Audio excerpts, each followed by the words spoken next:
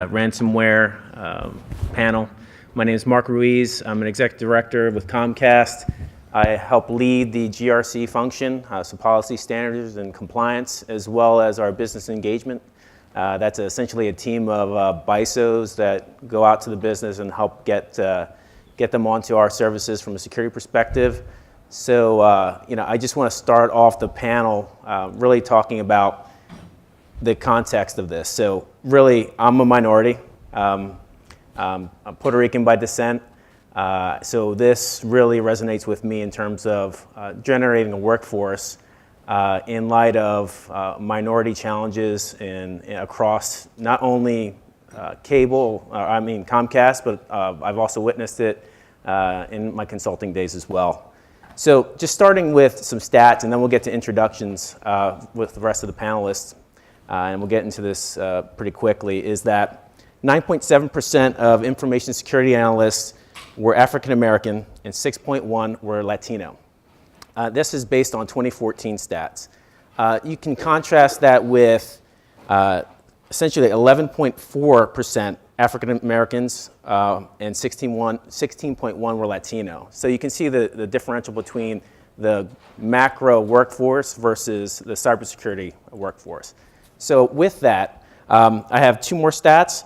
1 in 5 information security analysts were women. And the additional stat, just think of this macro-wise, 10% of the global cybersecurity workforce were women. And I'll do a little shout out to the Comcast team, and I'm on Nupur and Ramesh's team. Out of the directors, there are 5 women and 2 Latinos, myself being included in that team as well.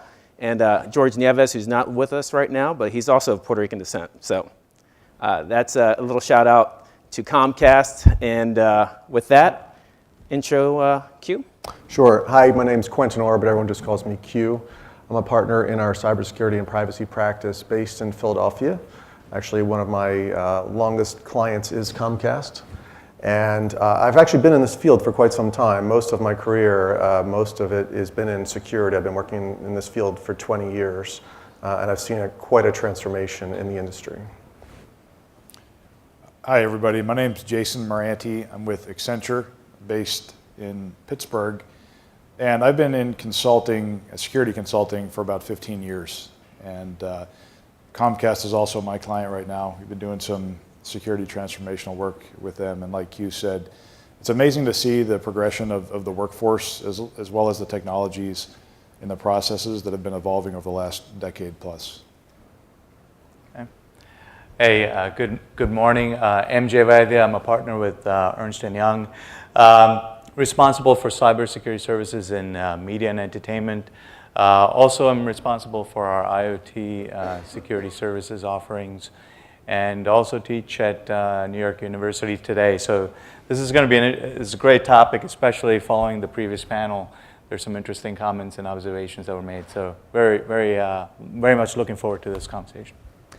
Yeah, good morning. I'm Eric Berger, professor of computer science at Georgetown University, and you might think I'm also the token producer of the workforce. And we do weave in, I teach operating systems, which is kind of a stealth and in-your-face security class, as well as the information warfare class, which is kind of in your face. But I'm also a consumer, both in hiring research faculty, research staff, and for the students out back, masters or PhDs, you're actually getting a job, we actually pay you. And prior to Georgetown, I was a CTO at 2 public companies and a number of private equity and some venture-backed startups. So again, been on both sides of the table. Great, thank you. So just getting it started for the panel, and whoever wants to jump in, just let's talk about some of the macro level challenges that you've seen or observed, whether it be within your specific industry or more macro across industries. MJ? Yeah, I can kick it off, sure. I think one of the macro level challenges that definitely I'm seeing is, I think, and it connects back to the previous panel, is that there's a lot of, obviously focus on science and technology, including IoT and connected products. So all certainly our companies that we work with are focused on, how do you deliver more services to the consumers, and how are we going to be more efficient? So think about connected solutions and certainly industrial IoT. The challenge that we're seeing is, from a talent perspective, I think one of the previous panelists said was, about half of them are comp sci, the other half are in other areas in terms of industry, engineering, and other areas as well. And so how do we make sure that from a education perspective, we are able to take this specific area in terms of cybersecurity and weave them into each of those topics, whether it's, I was just writing down some examples, like whether it's engineering, from a risk perspective to Ramesh's point around fixing risk, how are we making sure that that's part of, let's say, an MBA track? If you're thinking about privacy, how is privacy part of law school in terms of that's weaved into that area? And just those are some of the aspects that are coming up, as well as developers. They're learning certainly how to develop and focusing on functionality and so on. But it's an interesting comment I heard that security is not necessarily their primary thought. But at the same time, I heard that when we're delivering products to the market, we have to think from a risk perspective as far as IoT solutions are concerned, which has immediate risk impact. And so how do we make sure that not just for IoT solutions, but also for IT solutions when we're developing them, security is embedded into these solutions? And those are some of the challenges that we're seeing from a talent perspective. But it goes back to Nupor's point about making sure this is not just a security curriculum challenge, but rather a broad-based challenge as well that we address. So.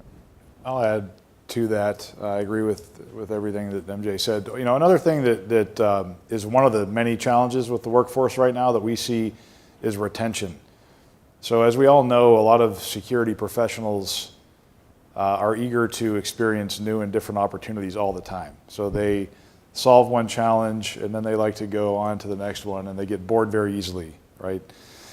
So I'm looking at this topic from two perspectives. One is as a consultant and what we are trying to do as a consulting business to attract and retain talent. Then the other is what we see with our clients and what they're doing to try to attract and retain talent. And one thing on the consulting side that it does offer people in the industry is the opportunity to experience new and different things all the time, experience new challenges. You do one thing, then you go to the next thing. But in a lot of my clients, I see a lot of people who get, they're either content to stay in the same area and then they become stagnant and they're not adding as value as much as they were when they first started, or those that are so eager to explore different things that they almost lose focus in accomplishing the mission they have at hand. So, they might want to go to another company, or what's the latest shiny object that they can go and chase and the latest problem they can solve. So, retention, I think, is a big, one major element of a workforce challenge in security today. So what do you think is driving this lack of diversity? I'll take a shot at that. So clearly there's a supply problem in terms of the number of graduates that are coming from underrepresented groups that are getting things like STEM majors. It's a very, very small number. So that alone is not going to solve our problem. We clearly have to do a better job getting to those people. At PwC, we have to do a number of things to be creative, to get more diverse talent into our workplace. So there's a number of things that we've done. We've spent time at conferences, like an example would be the Grace Hopper Conference, which focuses on women. We do outreach to specific affinity groups that are set up within campus majors that might have a collection of maybe Latino students or Black students, and we spend time trying to get to them. And then we'll also do things like, we have a program called START, where we'll bring in primarily Black and Latino freshmen and sophomore students to work in the firm during the summer internships to get them earlier in the life cycle and exposed to our entire business. And that's not specific to security, that's our entire business, but then each of our lines of business will then pull from those students later when they're ready to get into the client service, usually in their junior, senior year. So that's what we're doing to try to pull more from the scarce amount of talent that's actually going into these fields. I think what is preventing more of them from going into these fields, I think there's a lot of scholarly research on this topic. Some of it's access issues in terms of their access to the technologies or their familiarity with professionals in this field, the lack of maybe role models that they know that give them the exposure in their, say, teenage years, so they see those professions as more of a possibility for them. Eric, you had something to add? Yeah, and part is a shout out to Comcast. Comcast is highly unusual. If you look at the senior executives at Comcast, there are 51, of which 20 are women. You know, a young woman coming to Comcast will see Nupur, will see Ramesh and go, wow, I could be like her. Most corporations in the United States, a young woman comes to a company and sees a bunch of people, actually much like this table here. And part of it is we're on the tail end of a bad demographic trend. In 1990, 31% of the IT workforce were women. Today it's 25%, and that trend right now is not changing. Likewise, if a Hispanic person comes to Comcast, you see people like Mark. You don't see much of that through most of the United States. The other issue, though, is there's a lot of talk, particularly in Congress and in the executive, about how do we track more people into STEM, just in general, not necessarily a women or minorities issue. But then we look throughout the world, and we say, well, how is it done in other countries? And in most countries, by the time you're 16, you are tracked into your career for life. In Germany, if you have some aptitude, the decision will be made whether you'll go to a vocational school or a university, and at the end of 2 to 6 years, you will either be a factory line worker at Volkswagen or an engineer at Audi. And too bad if that's not what you wanted to do with your life. The United States is quite a bit different, and I'll give the example of the Georgetown team that's in the next room. The team of 4 people are comprised of a young man and woman who are international affairs majors, a sophomore who is a math and physics major, and a freshman who is still figuring out where all of his classes are. Now, are these cybersecurity professionals? I would offer they're actually holding their own. I don't think they're going to come in first, but they're holding their own in their very first cybersecurity challenge. So one thing I would offer on the hiring side is, do you need a CISSP and a security degree and 7 years of experience with machine learning and Splunk? Oh, those things are only 5 years old. You're looking for a unicorn, and that maybe broadening and bringing people in from other fields may be as productive as let's identify these 6-year-olds and get them into STEM. Great, thank you. So, Go ahead. So I think to kind of segue and talk about, I spent a lot of time in consulting prior to joining Comcast, and I observed a different approach in terms of addressing the lack of workforce, but also minorities as well. And in consulting world, they do heavy campus recruiting. They're out there and bringing on smart, eager people across the diversity groups.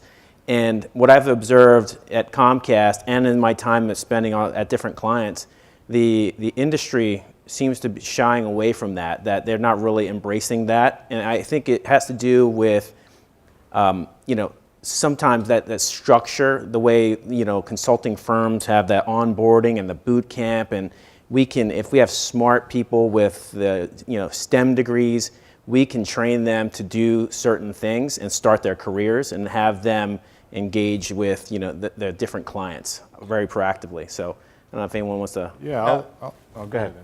I was just going to say, I was going to go on that comment that patience is really key. Is building the students that are coming out of universities over a period of time, and really not just looking at it from a lens of, oh, it's all technical.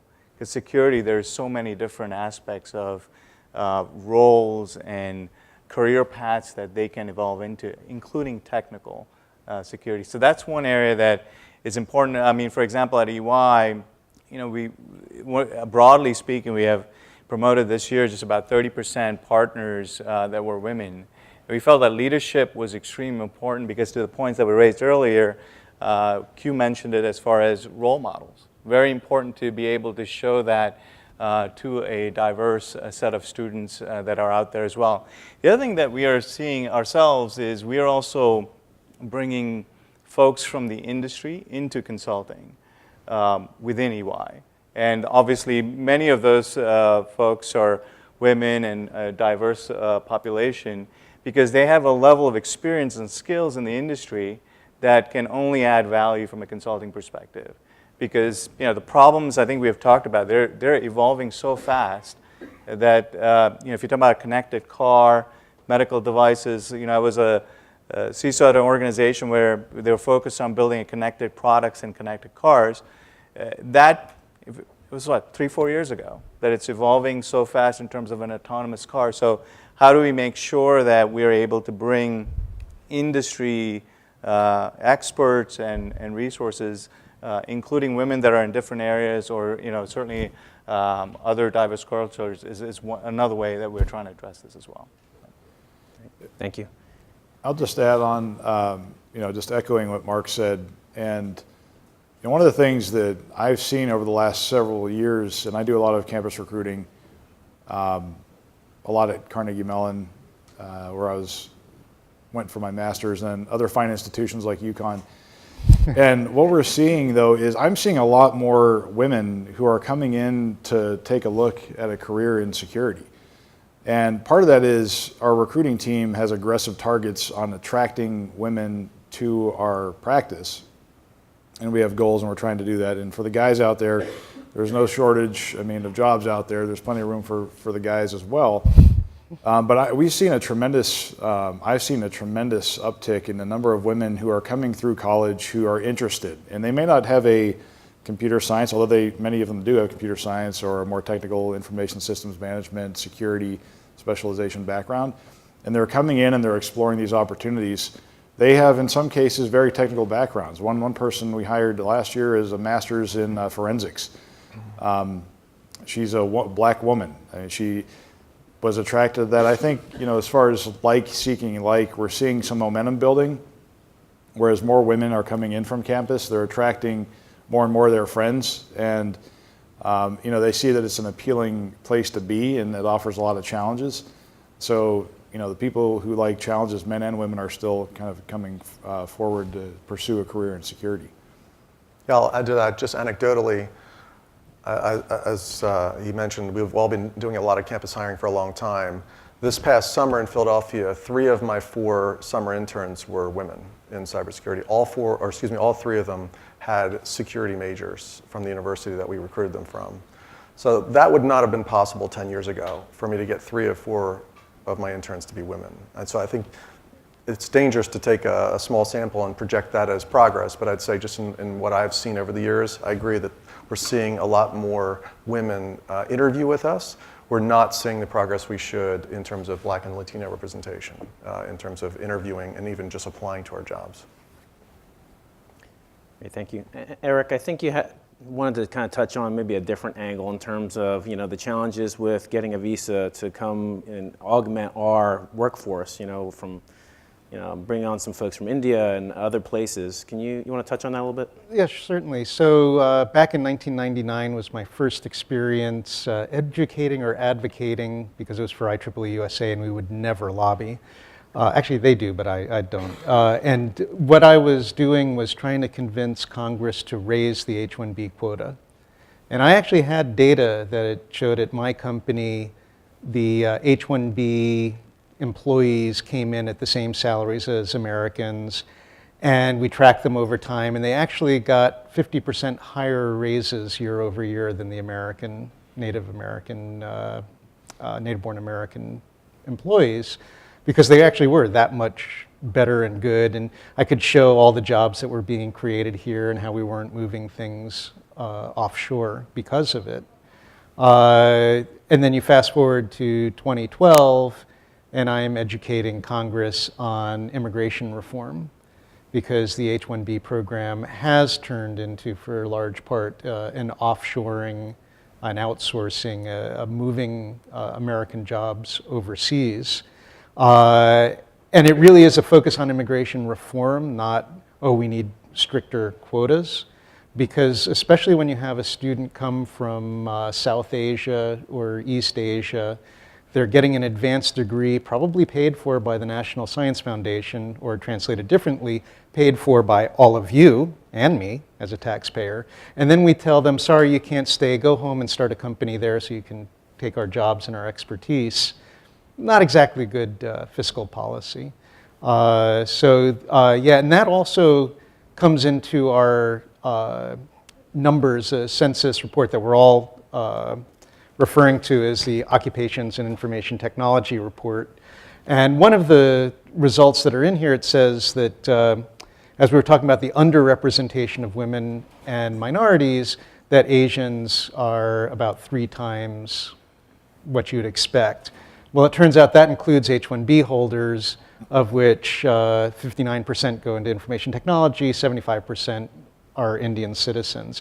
You take that out, and it actually is a better reflection. There's still definitely about 30% underrepresentation for African Americans, 25% for Hispanic, and this huge gulf for women. Anyone else want to touch on? One of the other interesting aspects, well, two comments on visas. One is our company does not sponsor visas. Accenture does not sponsor visas. So I see that on college campuses. There are a lot of qualified applicants who are on, who need sponsorship that we're not able to support. So that's one thing. There's a lot of talent out there. The other part is the talented people that we have in our company that are from foreign countries that need visas to work in the U.S. The process that it takes to get citizenship for those who are interested in that takes so long, and it's so cumbersome, it's so time-consuming and expensive, that we are missing on opportunities to bring in tremendous people from overseas that want to be American citizens because the process takes so long. So I've seen that as a challenge year over year. Lots of different really good people who are coming from India and other places that are extremely skilled, qualified, and experienced, but we're not able to, only the most patient will be able to see their way through the process because of the difficulties it takes getting through it. So I think we covered a lot of the challenges in terms of, we talked about how consulting firms are kind of augmenting their teams and really doing campus recruiting. Do we have any kind of suggestions that we need, maybe academia, government agencies, to do better in terms of helping us address these challenges? I can speak as a parent. I have a 15-year-old daughter that just started high school, and I'm scheming to figure out ways to get her interested in this field or any technical field. And I wish there were more programmatic parts of school that expose students at an earlier age to these types of careers. And I think it's all too late, and I've consulted friends that have kids that are already in college. And then when I run into, I think, some of the unicorns you mentioned, either a woman in cybersecurity, Black, Latino, I'll say, well, how did you get into this? And there's always someone in their family that maybe pulled them into it or told them about it, rather than, I had a professor, and I had a class in high school. I don't hear that. I don't hear the high schools really stepping up and educating the children on these options early when they're really thinking about this. So I think that's an area for improvement.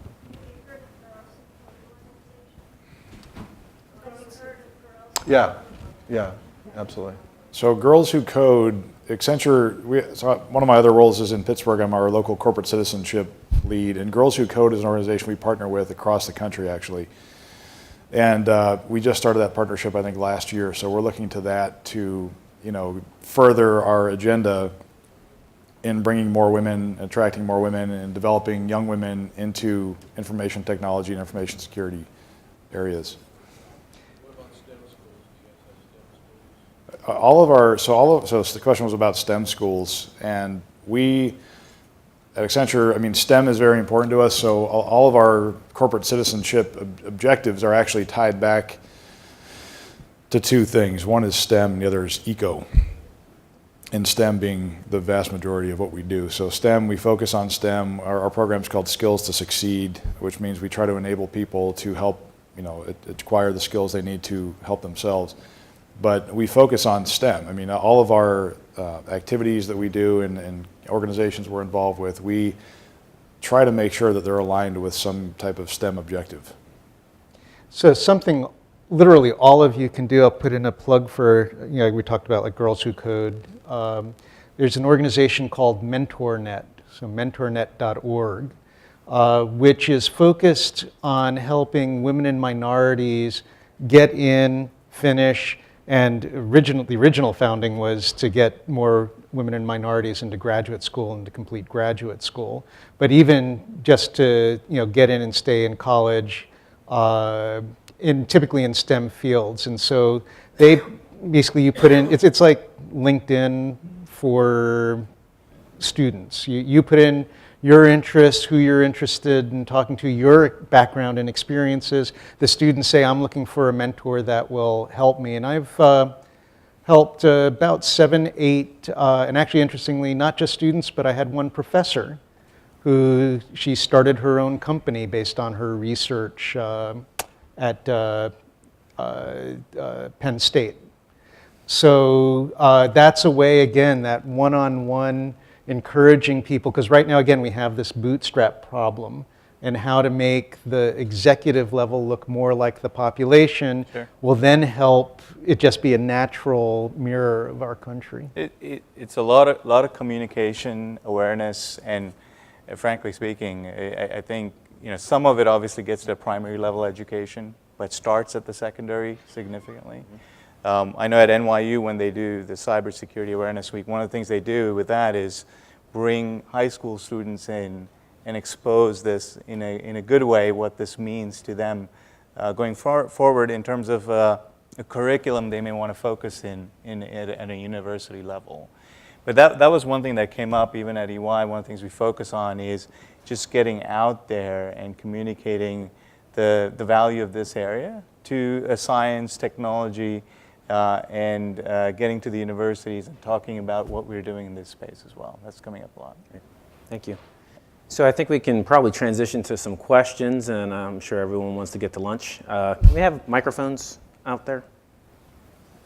Catch.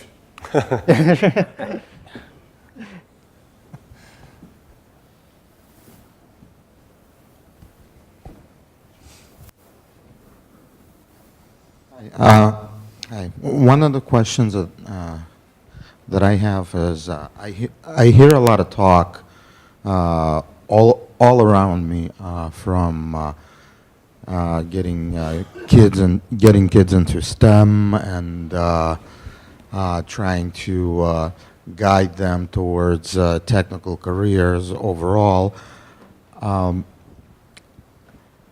I was wondering if anybody ever thought of addressing the actual fundamental issue, which is on a cultural level, where right now to get people into STEM, we need a pool to draw from, and those are young children. Some of them are just going into school or not school age, and it appears that it's already been determined at that level which way they're going to go. And that goes for women, for minorities. They already have a preset path at a very young age.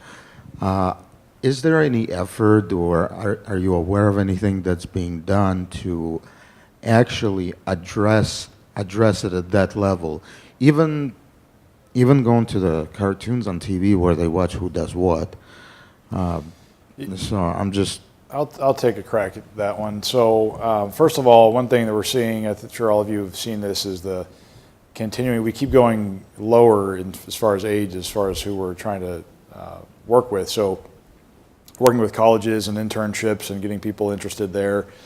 High schools now, they do a lot of, there's a lot of programs to involve high schoolers in internship type opportunities.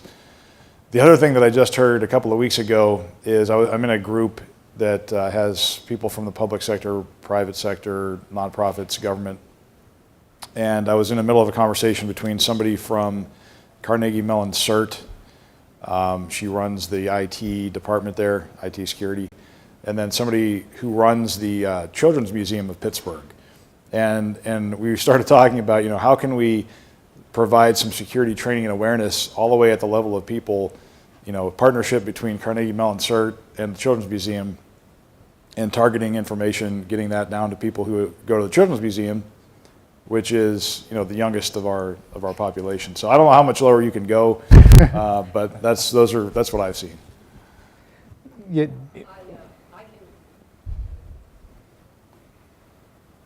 don't know if this is working, but I have a loud voice. I started in 1967, recruited by Exxon, and I've been a venture manager in high-tech enterprise for 35 years.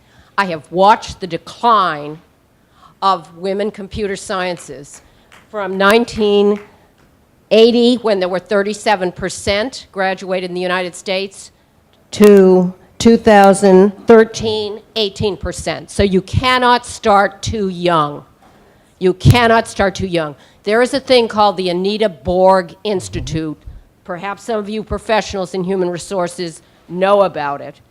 They start with kids who are late in middle school and just entering into junior high, and try to keep them in STEM because there are too few role models, just as you've pointed out here. But both Harvard Business School and some research done by Fortune has shown that even when you get young women into these roles, in STEM roles, they have a sense of isolation. So I would say to this panel, how are you in both your client companies and you in your professional consulting roles what are you doing to encourage the mentorship, the reaching down to that much lower, younger area? Are you putting your money behind the Anita Borg Institute, the Girls Who Code, as well as your time and effort? Because there cannot be too much emphasis on that younger mentorship and example. I can start. I could say that once we hire the women, we have a great deal of success retaining them up to kind of the early 30s. That's when we start having challenges retaining them. I think some of the cultural challenges that you're referring to are sometimes in the boiler room, with coding and the sort of bro culture that exists in that world. In consulting, it's not quite the same, but I'm very familiar with the challenges that you're talking about. And just to add to that as well, flexibility is very key for especially women that are post 30 and certainly growing families. Just had one of my team members yesterday who his son was sick and she had to go pick him up, and we just had to figure out an approach to manage that because she was able to. She's a top performer. In some cases you cannot be there all the time. And so you just have to make sure that that's sort of built into the process. In terms of hiring and mentoring, that's an extremely a big area of focus because it goes back to the point I think many folks have raised, as well as what I mentioned earlier. The role models and the branding around this is extremely important because they're the ones that are, along with all of us, communicating what this means from a career perspective. And it is, I say branding, but so security is not just about pen testing. There's so much in this space that communication needs to happen at multiple levels. One thing I'll share just on the inner city piece, in my previous life, in Michigan, where it was a private sector, public sector, and university came together, and I was sharing this with these guys right beforehand, around where we had, it was essentially setting up cyber ranges across the U.S. and working with universities to build these cyber ranges. And there are a lot of different roles in that cyber ranges. You could be as simple as putting eyes on glass and building up inner city youth to do that type of work. Now, granted, you need some level of skills to get started, but that was the thing that we were actually working with. It was a private sector, a large Fortune 10, public sector, so the White House was involved, and then certainly a local university in Michigan as well. So I think those are some things that are extremely important to have that partnership as well. Thanks. So I have a just a comment, not a question, and it's to follow up on what this woman was saying, that I started out in the industry back in the 1980s, and women in the industry wasn't an issue. There was over 50%, at least my experience up in the Boston world, there was over 50% women, and you never felt any discrimination or any unequalness or whatever, and women left in droves in the 1990s. So my point is, I'd like to encourage you all not to focus on just bringing women into the industry, because first of all, it's just weird for those of us who have been in the industry earlier on that that wasn't an issue, but to focus more on retaining women in the industry.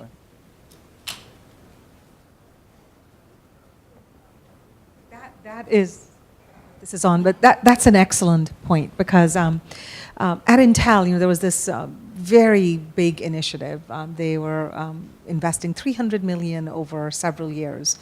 And despite everything that was being done, your point was exactly right. Our net retention, our outgoing rate was always faster than our incoming rate.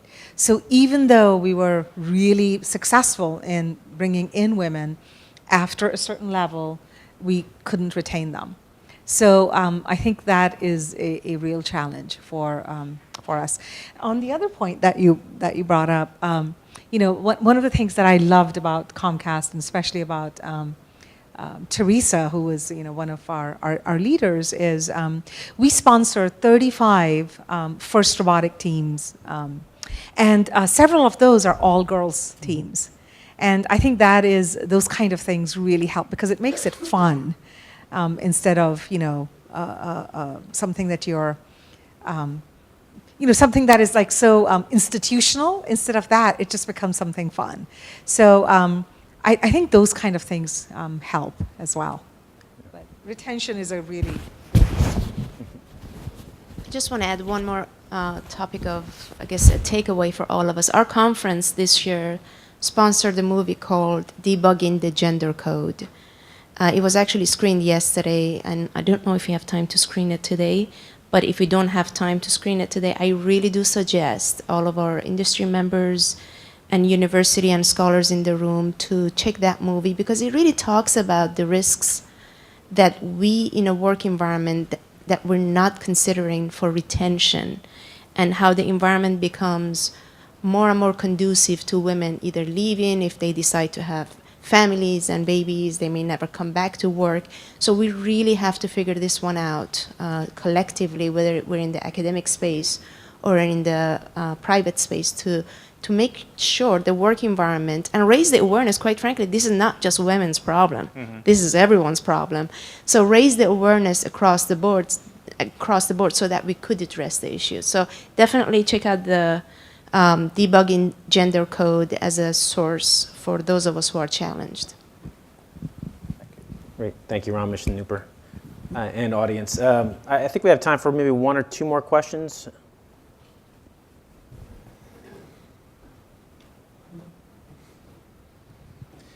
So in today's environment, you have these applications, these programs that are coming out on a daily basis. What's your advice on telling children that that's just the end product? How do you encourage them to look at the programming to get to that point? And maybe that's something that they can look into as far as a career. I think this is a place like the Mr. Robot and things like that, because a lot of people don't really know, like what to study. I get students who say, I want to build games, so I'm going to study computer science. And you kind of have to sit them down and say, well, computer science, or at least our institution, computer science is applied mathematics. If you like algorithms, if you like mathematical proofs, if this is for you. But really, if you want to do game design, maybe you ought to think of software engineering. Or, in fact, Carnegie Mellon has a fantastic, and Georgia Tech has one too, where it's, art and engineering brought together. Because what also happens is, you get them, they look at this stuff, they say, I can't figure this out, I'm not interested, it's boring. And then they go and hack something together that's got, security holes all throughout it. So I think that's where I'll put in the plug. So as I praised Comcast, maybe you could talk to the NBC Universal people and get even more, you know, and literally, but it takes stuff like that. You know, we were talking last night, you know, my daughter, who's now 27, was, you know, fantastically tracked into STEM until she turned 14, and then it just wasn't cool. And that's a cultural thing. I don't think that's a men versus women or a biological. It's just the culture said that kind of stuff's not cool. And it's not that we need to make it look cool. It is cool. Yeah. One more question? Again, the question here is, looking for workers, do you have someone we can hire? Instead of doing that, if you can invest upfront in high school, middle school, there is no good teacher in many of these schools on STEM education. So government can do that much, but what the companies are doing, I'm here for 25 years in teaching, we always get that, do you have a student we can hire? I said, no, you put the scholarship money, then you will get the student. So question here is investing upfront, so then you get the result. But, you know, getting the product out that, can we hire, I'm going to your campus, hiring, I think that need to go down to invest upfront, scholarships, and many other ways in high school, middle school. Teachers, particularly those who are in STEM, they don't get enough pay, so good teachers are not there. So is there any way to give them incentive?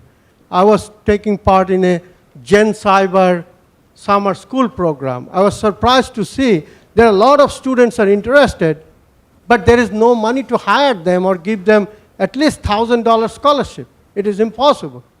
So investing upfront to the children is the best way to do. Thank you.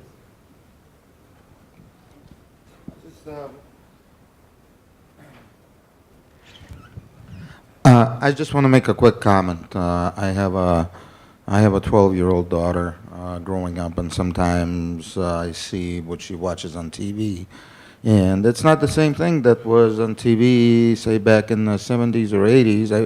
I remember that you turn on a Disney Channel and watch those shows.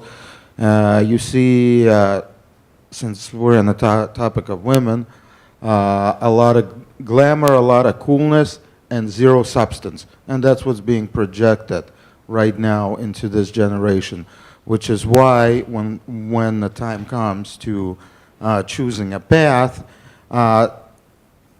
unless the parents get involved, unless the teachers get involved early, the path is predetermined already by the outside forces, which could very well explain what you observed, the fact that the number of women in the industry back in the 80s has dropped tremendously in the 90s. I'm not sure of how that impacts minorities, but again, it's those outside messages, and it's the culture that dictates us and predetermines that. And I think that's what needs to be addressed at the very root. Great, thank you. So I think I just want to say thank you to the panelists, and if I could get a round of applause for them. Thank you.